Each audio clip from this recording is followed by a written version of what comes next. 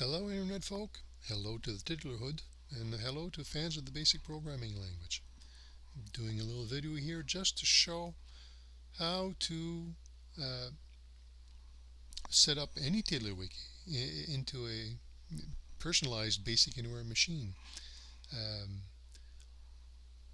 or set up any TiddlyWiki so that way you can have access to in that TiddlyWiki to basic programs or whatever your needs are.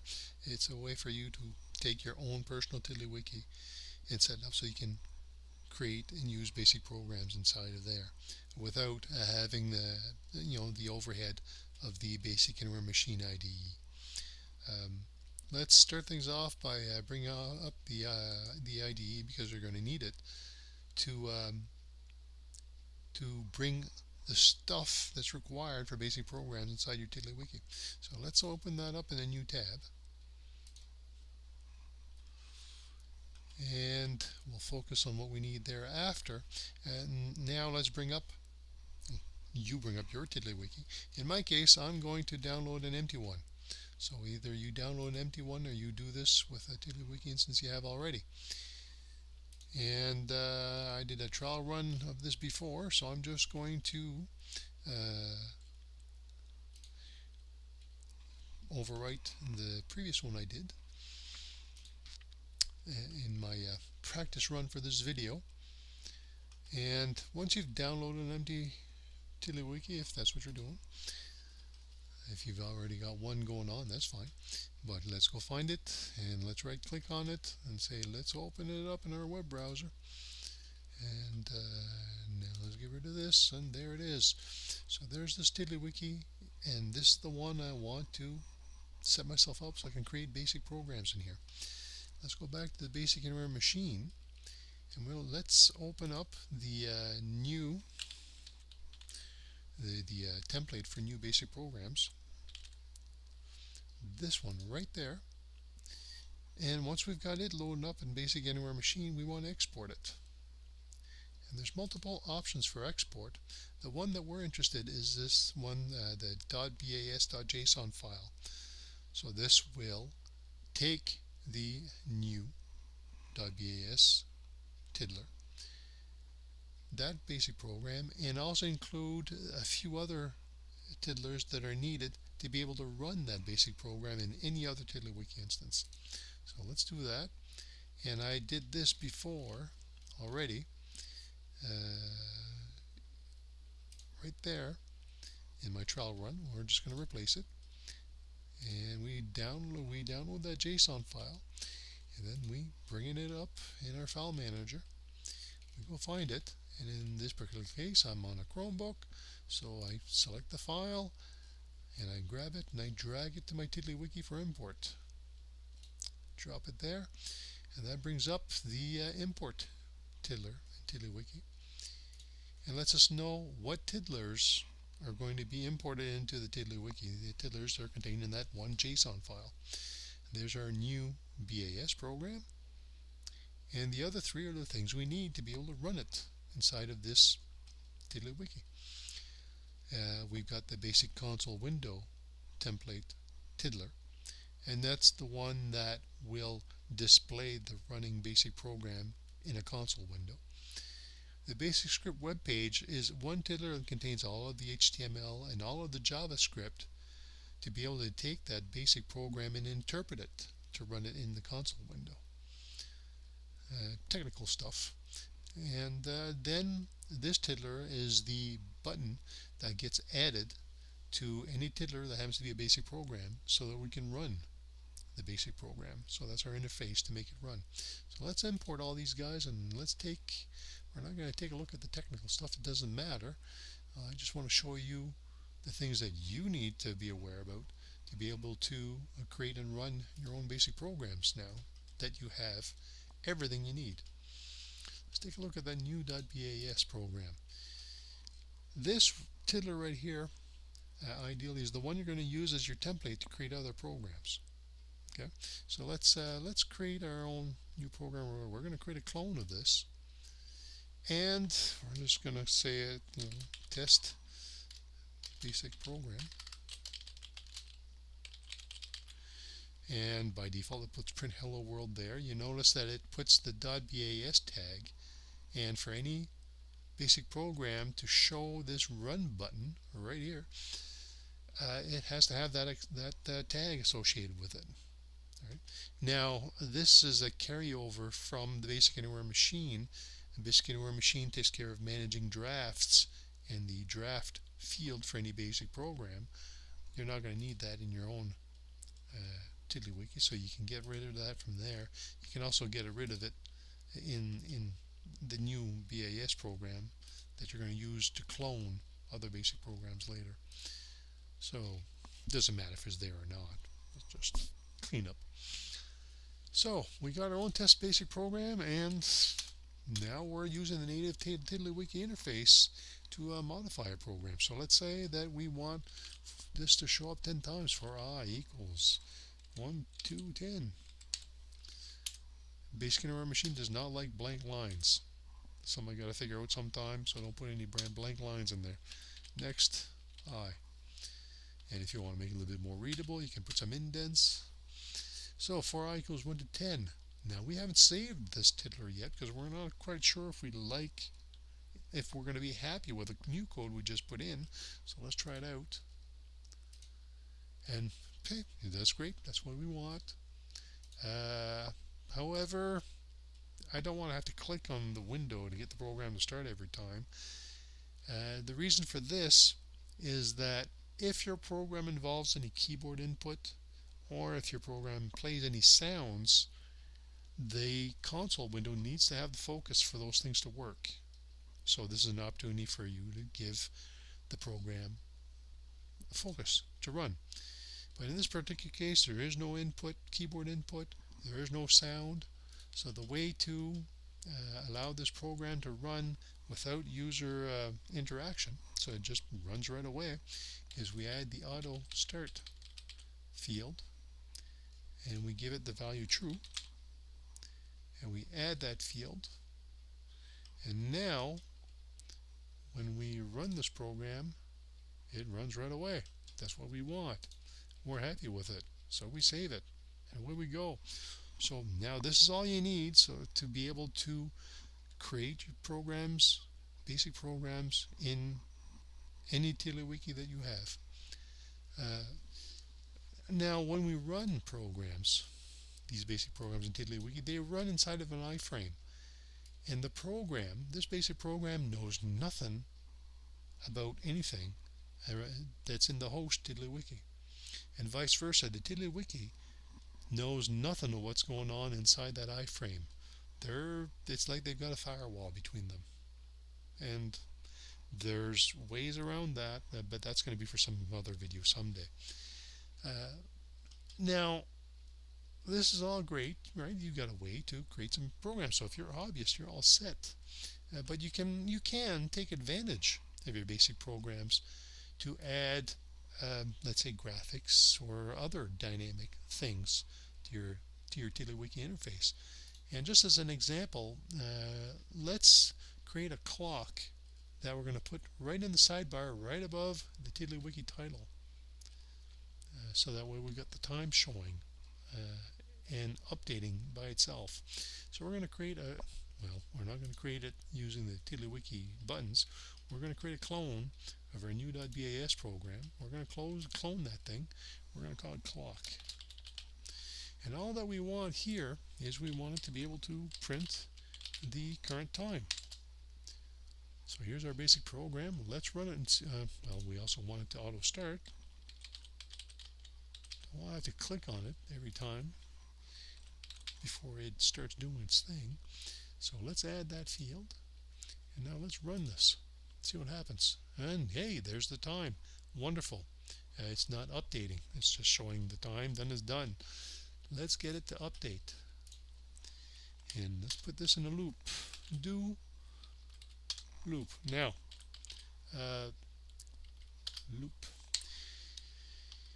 When we're printing to the console window, whether we're printing text or we got statements that are creating graphics, if that's going to be in an infinite loop, we want to make sure to give an opportunity for the web browser to do other activities other than just looping through this forever.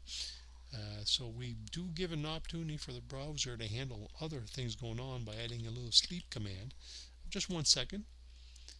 And when we run, well, that's great. So now it's showing us the time, but we don't want a chain of times showing up. We'll make sure to clear the screen here, doing a CLS. And by the way, at any time, if you want to know uh, what basic commands are available to you, what commands, what statements do what, you're going to want to access the uh, basic program reference for basic anywhere machine. And let's open that up in a new tab. And then once you're here, well, don't want to view it within the project website. We want to view it standalone. And once we're here, we can take a look at the keywords reference to view all of the basic commands available to us. And if you don't know how to use CLS, you can go look it up. CLS is pretty easy, but this is available to you anytime. Now, where were we? Running this, how are we doing? Okay, that's what we want, but we don't want all of this large time showing on a large screen. We want it to be able to fit up above the title. So we're going to want to resize this to not have such a big screen. And the way to do that is we use the screen command with the new image option with parameters that say what size screen we want and which are the default screen modes, which is something you can look up in the reference. You can look up the screen command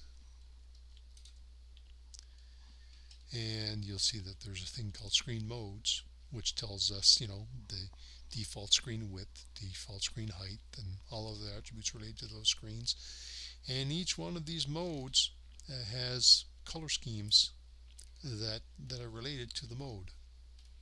And so if you want to go with the full gamut of colors available for was it the 16 million colors available, you pick a screen mode for that. In this particular case, we're just going to stick to screen mode 0, keep it nice and uncomplicated. And if you want to look up the parameters, we'll let you do that in your own time. But let's say, well, our time involves 1, 2, 3, 4, 5, 6 digits with 2 colons between. So we're talking about 8 characters that are 8 bits wide. So we're going to need something that's 64 bits wide. That's the first parameter. The next one is the height, and one character is 8 bits high. But the bottom row of bits in a character is a black line. We don't need to see that, so we only need 7 bits. And we're going to stick to screen mode 0. And let's see what that looks like. Okay, well, then that works. That's what we want. Now that we've got the clock working the way we want, we can save this. And we're going to need a viewer for this program. So let's create a brand new tiddler, which we're going to call the clock viewer. And what we want to do here is do something in TiddlyWiki, the transclusion magic. We want to show our clock. But we don't want to show this clock tiddler, the basic program, as is. We want it to be transformed into something that goes in the console window. And the way to do that is we transclude the clock program viewed with the help of a template, which of course I can't remember the name off the top of my head, so let's take advantage of TiddlyWiki here and go find it. This template right here. And of course when we click on it, it puts square brackets on either side. We don't want that. Let's get rid of that. Now what this is doing is saying, okay, include or transclude right here the clock tiddler, but process it or transform it based on this template. And it's going to do some fun magic here, and it's going to show us the clock, which is great. And it's going to be sized automatically based on the size of the tiddler, the width anyway, not so much the height. Now, if I want to show this clock right here in the sidebar, that's way too big, and the way to change the size of the console window is to do a little bit of HTML magic and put this inside of a div, and then set the size of the div with some styling. And I did this before in my practice run, so I know right away what numbers I want here. I want a width that's 7 EMs, and you can look that up in CSS styling for HTML. EMs, we could say pixels instead, which would, so 7px or larger, because 7 would be too small. But I like working with EMs because what that does, it tells this TiddlyWiki that, look, this thing I'm showing right here, I want it to be 7 EMs wide, and EM will be different depending on the display device that this TiddlyWiki is showing in. So, smartphones, tablets, whatever. Using EMs kind of helps make sure that things show up a size that makes sense for the device that this thing is showing on. Blah, blah, blah. Now, height of 2 EM, which I found was kind of nice. And let's take a look at this. Okay, so here's a clock. It's decently sized for the sidebar. Now let's add it to the sidebar, and to add it just above of the tiddler title, I'm actually going to go into the configuration, the control panel, and I'm going to show the clock viewer right here. It's a little bit big, but hey, that's fine. So there it is. Now here's a way for us to have basic programs running in our TiddlyWiki interface. And if we want to change the colors, because black and white, not that crazy about that, we go back to our original program and we say, hey, color. First parameter being the foreground color, or the color of the text. And if we look up in the programmer's reference, we'll find out that 14 is yellow. And we'll say, okay, well, we want to keep the background 0, or maybe we'd like the background to be gray, which is 7. And if we run this just to see, yeah, okay, not crazy about the colors, but let's say that we like it. Let's say it's subtle and we're happy with it. Then we save it, and right away, bang, there it is showing inside of our sidebar. And if we close all of the tiddlers, the program keeps running. It doesn't need the tiddlers to be open. It's now part of our TiddlyWiki interface. So it's a way to get, some basic programs that have a bit of a dynamic thing going on, right, to adorn our TiddlyWiki and add some features in an easy way if you find BASIC easier to program with than JavaScript. I have a hard time programming in JavaScript, so I much prefer to go to BASIC. If you're better with JavaScript or good with JavaScript, JavaScript is a much leaner way to go, because then you don't need the overhead of that HTML and the JavaScript to process a basic program. JavaScript will just run natively. Now, you can set up the JavaScript inside of macros in TiddlyWiki, which is the most efficient way to go if you know how to do that. If you're not comfortable with that, then the way to go is to put JavaScript and HTML into a TiddlyWiki, in a tiddler, and inject that tiddler into an iframe. And that's something you can investigate, by taking a look at the tiddlers in your own TiddlyWiki via exporting, tiddlers from the basic anywhere machine, drag them into your own TiddlyWiki, and take a peek at them to see what's involved. Anyway, for what it's worth, when we're happy with a TiddlyWiki that we're working in local storage, we save it. And in this particular case, I'm just going to save it with the exact same name I had before. I don't need to create another copy of this. Same name, save it. overwrite it. And just to show this program is still working fine, I'm going to hit refresh, which reloads the file. And there's the basic program. Anyway, I hope that was a useful lesson video for you. And we'll catch you next time. Cheers. Bye-bye.